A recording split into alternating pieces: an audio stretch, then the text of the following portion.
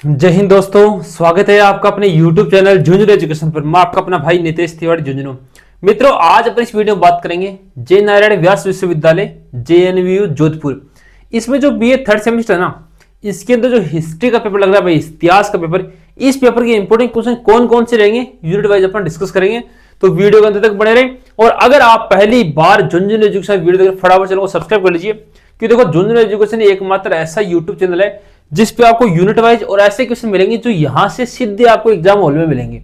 जो क्वेश्चन हम बताएंगे ना, डिट्टो फोटो कॉपी आपकी एग्जाम में छपेंगे भाई। ठीक है, तो फटाफट आप लोग ज्वाइन कर लीजिए झुंझुनू एजुकेशन को।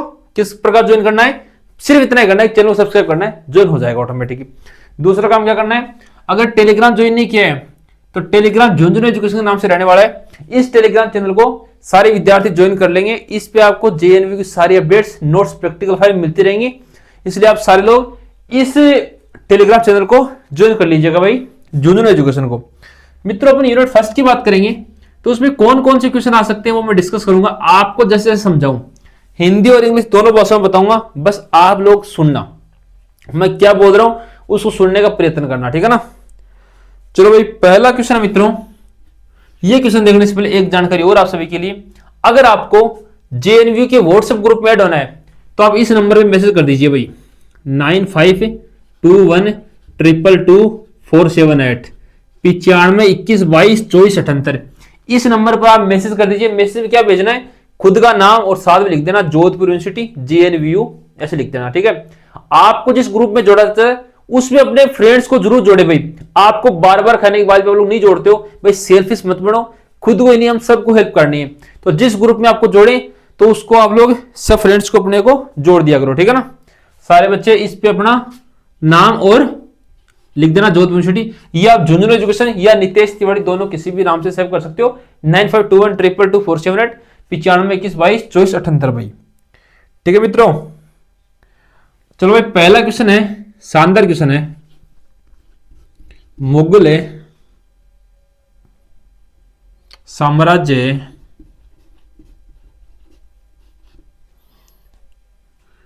मुगल साम्राज्य के पतन के कारण बताइए।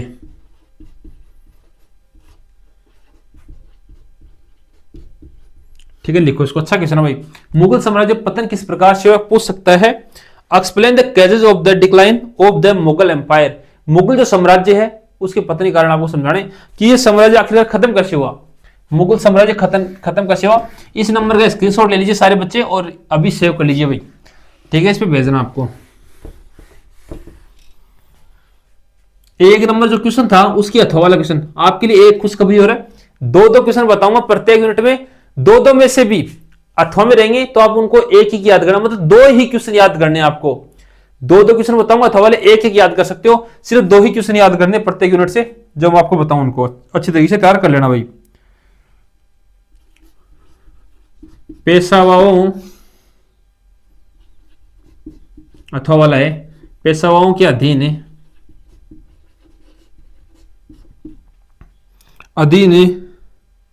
मराठा प्रशासन की विशेषताएं बताइए। ठीक है मित्रों, लिखो इसको। Explain the administrative system Maratha power, नहीं सॉरी, अंडर द पेशवा। लिखो इसको। जो मराठा प्रशासन है, मराठा एडमिनिस्ट्रेटिव है, उसकी विशेषताएं बतानी है आपको, किसके अधीन, पेशवाओं के अधीन। इस प्रकार से क्वेश्चन नंबर 1 रहने वाला है। क्वेश्चन नंबर 2 है, मराठा शक्ति के उत्थान, साम्राज्य भी लिख सकता शक्ति की जगह, उत्थान एवं विस्तार का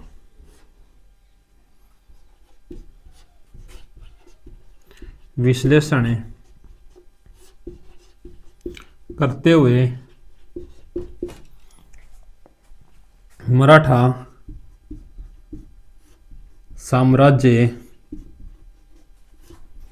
के पतन के कारण बताइए। अच्छा क्वेश्चन है भाई, इसमें तो अथवा भी नहीं है, बस इतना ही है, कारण बताइए। 3 बताए, तीनों में से 2 याद कर लेना, बल्ले बल्ले 2 एग्जाम में आएंगे आपके पक्के, ठीक है ना। 3 में से 2 आपको एग्जाम में देखने को मिलेंगे, क्योंकि 2-2 क्वेश्चन आते हैं। मैं भी आपको 2-2 बताऊंगा, बस अथवा में आप एक एक भी याद कर सकते हो भाई। लिखो इसको फटाफट, अच्छा क्वेश्चन है, लिख लीजिए भाई। कि जो मराठा एम्पायर है, इसके डिक्लाइन के कारण क्या है, इसके डाउनफॉल के कारण केसेस क्या है, वो आपको बताने भाई, ठीक है। इसका उदय किस प्रकार से हुआ, इसका राइज एंड इसके एक्सपेंशन, भाई राइज किस प्रकार से हुआ और ये किस प्रकार से फैला, ठीक है ना। एक्सपेंशन, इसका विस्तार किस प्रकार से हुआ, वो आपको इसमें बताना भाई, ठीक है ना बच्चों। लिख लो इसको, अच्छा क्वेश्चन है। पहले यूनिट में 2 ही क्वेश्चन पढ़ने जो मैंने बताया आपको, इनके अलावा फालतू बकवास बिल्कुल मत पढ़ना। सीरीज को छोड़ दो अभी के अभी, क्योंकि देखो सीरीज में से क्वेश्चन नहीं आते एग्जाम के अंदर, इसलिए कह रहा हूं कि फालतू बकवास बिल्कुल मत पढ़ना। और इनके भी आपको क्या करना है बच्चों, पॉइंट पॉइंट पढ़ना। आप लोग जोड़ के लिख सकते हो, आप अगर पॉइंट लिखोगे ना, सिर्फ आप पॉइंट पॉइंट लिख दोगे ना अच्छे अच्छे, और उनको अंडरलाइन कर दोगे, तो आराम से आपका पेपर अच्छा जाएगा, एग्जामिनर भी नंबर अच्छा देगा। क्योंकि जब तक आप पॉइंट नहीं लिखोगे, बिल्कुल नंबर मिलने की संभावना नहीं है। जब आप पॉइंट लिखोगे तभी आपको एग्जामिनर नंबर देगा, इसलिए पॉइंट ज्यादा से ज्यादा लिखने का प्रयत्न करना भाई। पॉइंट को अंडरलाइन करना जरूर, हमेशा भूल मत जाना इसको, ठीक है। पहला मित्रों, महाराणा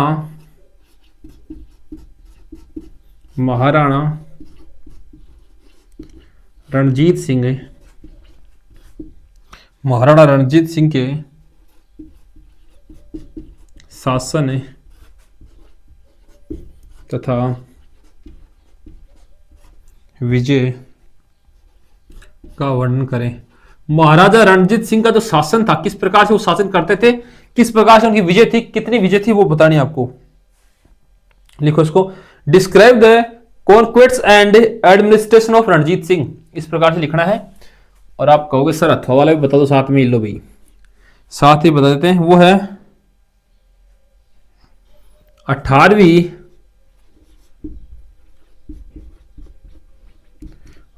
शताब्दी में बंगाल और अवध, मोस्ट भाई बंगाल और अवध के उदय का विश्लेषण करें। बंगाल तथा जो अवध है उसका उदय का विश्लेषण आपको करना है। अच्छा क्वेश्चन है, लिखो इसको, discuss the rise of Bengal and Awadh in the 18th century. 18वीं जो शताब्दी थी, ठीक है, ओनली 1800 नहीं है, 18 शताब्दी, उसमें बंगाल एंड अवध का जो राइज था, उदय था, उसका आपको चर्चा करना। लिखो इसको, अच्छा क्वेश्चन है, फटाफट लिखिए यार, एक बार आप लोग लिख लीजिए जल्दी से। और जो जो बिंदु बता रहा हूं इनको पढ़ते चलना भाई।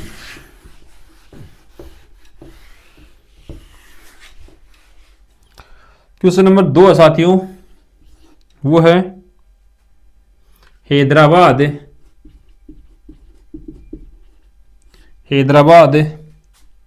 तथा मैसूर के विकास तथा उदय को समझाइए। ठीक है, लिखो इसको, अच्छा क्वेश्चन है। हैदराबाद तथा मैसूर के विकास या उदय को आपको समझाना भाई। अच्छा शानदार क्वेश्चन है, अथवा बल रहेगा। वो है दक्षिण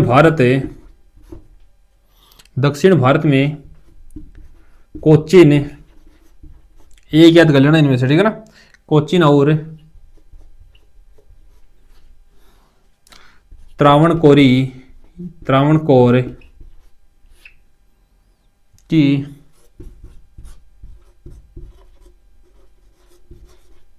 राजनीतिक स्थिति क्या थी भाई। लिखो इसको, दक्षिण भारत में कोचीन और त्रावणकोर की राजनीतिक स्थिति क्या थी। लिखो, अच्छा क्वेश्चन है। Explain the political condition of Cochin and Travancore, ठीक है, लिखो इसको, अच्छा क्वेश्चन है। यूनिट 2 हो गई भाई,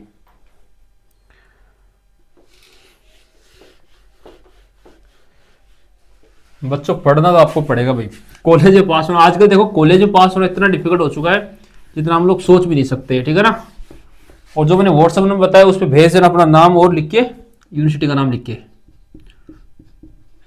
व्हाट्सएप नंबर एक बार फिर से लिख देता हूँ जिसने नहीं लिखा, ये भाई 9521222478। इस पे आपको अपना नाम और साथ में लिखना जोधपुर यूनिवर्सिटी, व्हाट्सएप मैसेज कर देना, आपको जोधपुर यूनिवर्सिटी ग्रुप में जोड़ दिया जाएगा। एक आपको बार बार बोल रहा हूं भाई, जिस ग्रुप में आपको जोड़ रहा हूं उसमें अपने फ्रेंड्स को जरूर जोड़े। आप लोग नहीं जोड़ते हो, बार बार बोलना पड़ रहा है, इसलिए कह रहा हूं जिस ग्रुप में आपको जोड़ो उसमें अधिक से अधिक बच्चों को जोड़ो आप, ताकि सभी की हेल्प हो। आपके कॉन्टेक्ट में प्रत्येक बच्चे की पांच छह फ्रेंड्स तो सबके होते हैं, आप उनको जोड़ा करें भाई, सही, ठीक है ना। सबको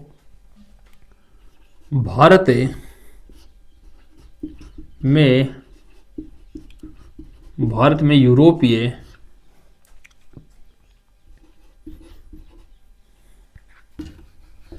यूरोपीय कंपनियों आगमन तथा प्रतिस्पर्धा कंपटीशन का वर्णन करो।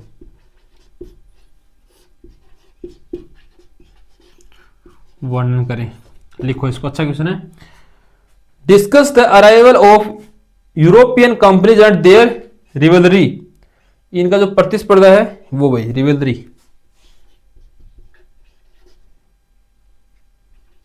रिवलरी का वर्णन करना आपको। इसके अर्थ में जो क्वेश्चन है ना 100% आएगा एग्जाम में, चाहे 100 तब भी इसको याद करना, इस क्वेश्चन को ना माइंड में सेट करना आपको। 100% आएगा मेरे रसगुल्लो, ये क्वेश्चन पक्का आएगा, ठीक है ना। 100% जो बताऊंगा नीचे वाला, ध्यान से सुन लेना, लिख लेना इसको अच्छी तरीके से। प्लासी तथा बक्सर का युद्ध पक्का आएगा, ये एग्जाम में देखने को मिलेगा आपको।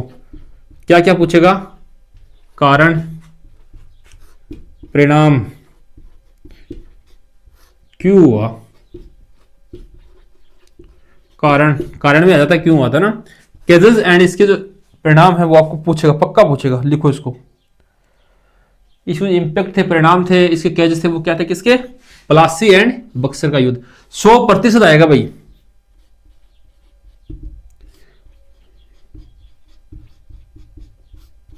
सौ प्रतिशत आएगा, रट लेना इसको।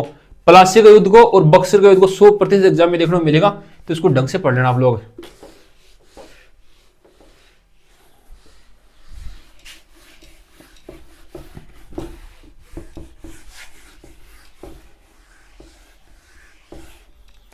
क्वेश्चन नंबर 2 है, 1765 से जो 1813 है के बीच ईस्ट इंडिया कंपनी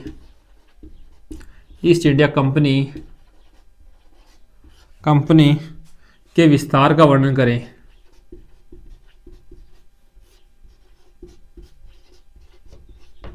भाई, अच्छा क्वेश्चन है। 1765 और 1813 के बीच ईस्ट इंडिया कंपनी के विस्तार का आपको वर्णन करना है भाई। इसका अथवा कौन सा बन सकता है? वो है 1813 से 1856 के दौरान, इसमें ज्यादा चांसेस इसके हैं, ठीक है ना। इसको ढंग से पढ़ लेना, 1765 से 1813 वाला, और आपको इजी लगे वो पढ़ लेना, ठीक है। ब्रिटिश विस्तार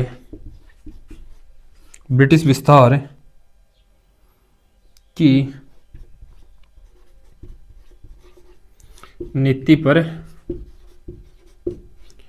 चर्चा करें। लिखो भाई, इसी के साथ यूनिट 3 कंप्लीट होती है। अच्छा क्वेश्चन है। 1813 से 56 के बीच तो ब्रिटिश विस्तार की व्याख्या करनी है, एवं 1765 और 1813 के बीच ईस्ट इंडिया कंपनी की विस्तार की व्याख्या करनी है। लिखो भाई, अच्छा क्वेश्चन है, एक याद कर लेना, कोई भी दोनों में से, ठीक है। दिमाग लगाने की आवश्यकता नहीं है, जो मैंने बताया उसको पढ़ लेना, बल्ले बल्ले है। प्लासी और बक्सर का युद्ध तो अवश्य रूप से देख लेना आप लोग।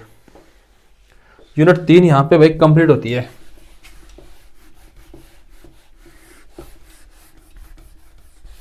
ठीक है, ये व्हाट्सएप नंबर आपको बता ही दिया है। यूनिट 4 है, उसको देखोगे आप लोग। भाई एक काम कर लेना, जिसने अभी तक इंस्टाग्राम को फॉलो नहीं किया, सारे बच्चे इंस्टाग्राम अकाउंट सब लोग फॉलो कर लेना, जितने भी जुड़े हुए हैं। इंस्टाग्राम अकाउंट है भाई नितेश तिवारी झुंझुनू, इस नाम से इंस्टाग्राम अकाउंट सारे बच्चे फॉलो कर लेंगे। जेएनयू के जितने भी हैं झुंझुनू, सारे बच्चे फॉलो कर लेंगे नितेश तिवारी झुंझुनू को। इस इंस्टाग्राम की लिंक हमने वीडियो डिस्क्रिप्शन दे दी है, वहां से आप लोग ज्वाइन कर सकते हो। बस आपको फॉलो सबको करना है, ताकि हम आपसे जुड़े रहें और जो भी जो अपडेट है वो हम आपको स्टोरी के माध्यम से बताते रहें भाई, ठीक है ना। यूनिट 4 में पहला क्वेश्चन है, ईस्ट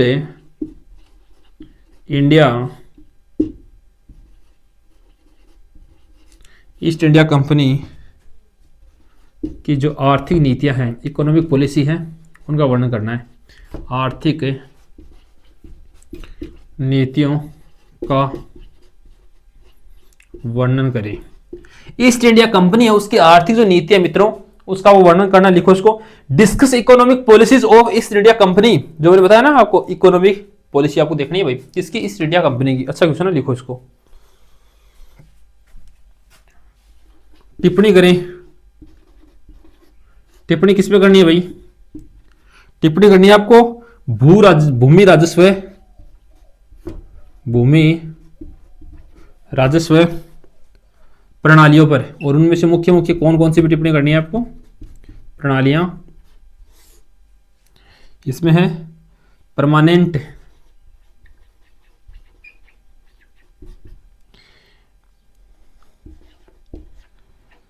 रोटवारी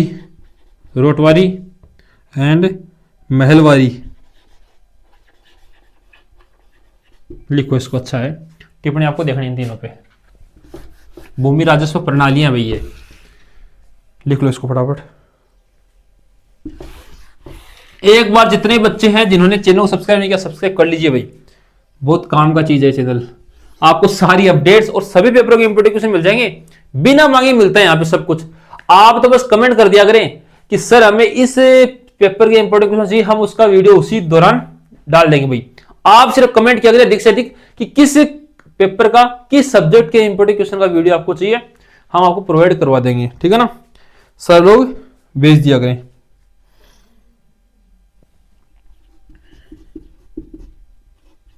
सांस्कृतिक प्रभुत्व, सांस्कृतिक प्रभुत्व क्या है? सांस्कृतिक प्रभुत्व क्या है, वर्णन कीजिए। अच्छा क्वेश्चन है। इसके अथवा वाला क्वेश्चन कौन सा है? कंपनी के प्रशासनिक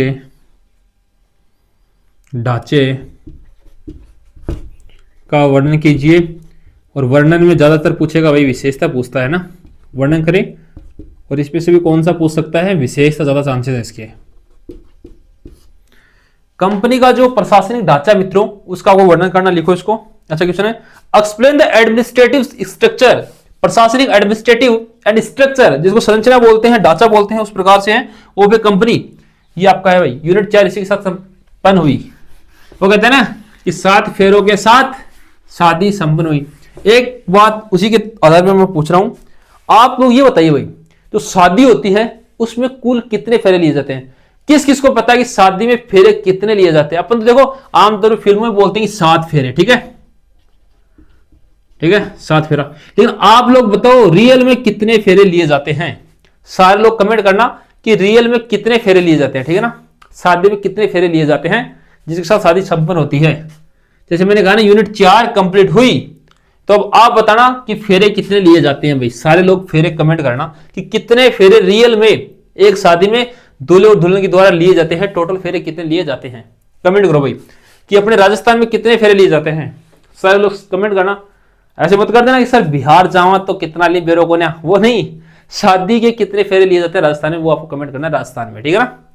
अपने संस्कृति में कितने फेरे लिए जाते हैं भाई। यूनिट 5 पहला क्वेश्चन मित्रों वो है मोस्ट इंपोर्टेंट, और इसको 100% भी लिख सकते हैं अपन। 1857 की क्रांति, 1857 की जो क्रांति थी उसका वर्णन आपसे पूछा है। ठीक है, कारण ये देखो वर्णन में आते हैं, कारण, परिणाम, 1857 क्रांति के बारे में पूछा है। असफलता, असफलता कैसे प्राप्त हुई इनको। ठीक है, लिखो इसको, अच्छा क्वेश्चन है, लिख लीजिए फटाफट इसको।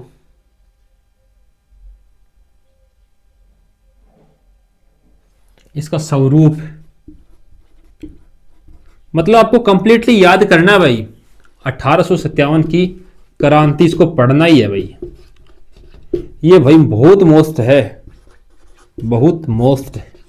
एक इंग्लिश में लिखेंगे, एक वर्ड हिंदी में ना, बहुत इंपॉर्टेंट लिख सकते हैं, बहुत मस्त लिख सकते हैं, वेरी इंपॉर्टेंट लिख सकते हैं, इस प्रकार लिखेंगे। लेकिन ये अच्छा क्वेश्चन है भाई, शानदार क्वेश्चन है, छप सकता है, इसको रख लीजिए आप लोग, लिखो इसको फटाफट। इसकी अथा में कौन सा क्वेश्चन है भाई, आप इसको ज्यादा महत्व देना भाई, इसको ज्यादा याद करना, अथो वैल्यू कम करना। ठीक है ना। ब्रिटिश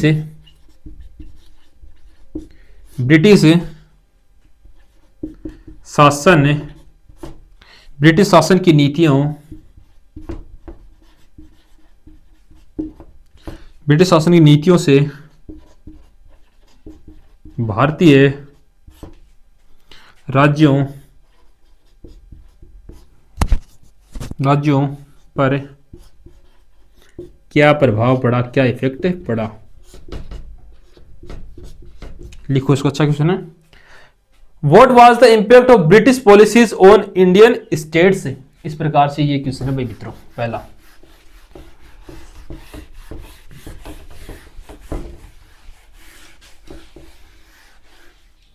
ठीक है ना। क्वेश्चन नंबर 2 है मित्रों, वो है लॉर्ड डलहौजी जो है उसकी नीतियां हैं, उनका वर्णन करना आपको। नीतियों का वर्णन, नीतियों, कौन कौन सी नीतियों,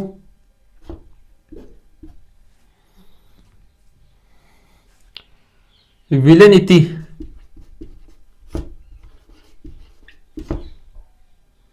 विस्तारवाद नीति,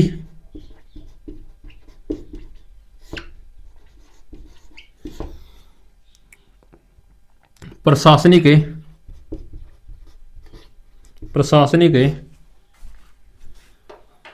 एवं सामाजिक सुधार नीति, सामाजिक सुधार नीति का वर्णन करें।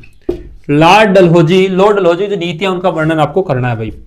इसके अथवा में कौन सा क्वेश्चन बनेगा, वो है सहायक संधि क्या है। सहायक संधि को विस्तार पूर्वक समझाइए, और आप लोग फटाफट इस चैनल को सब्सक्राइब कीजिए ताकि अगला वीडियो जैसे हम लोग अपलोड करें आपके पास नोटिफिकेशन पहुंच जाए। तो मित्रों, मैंने आपको जो टॉप क्वेश्चन थे वो बता दिए, आप सब तक शेयर कर दीजिए, चैनल को सब्सक्राइब कर लीजिए। नेक्स्ट वीडियो के लिए धन्यवाद साथियों।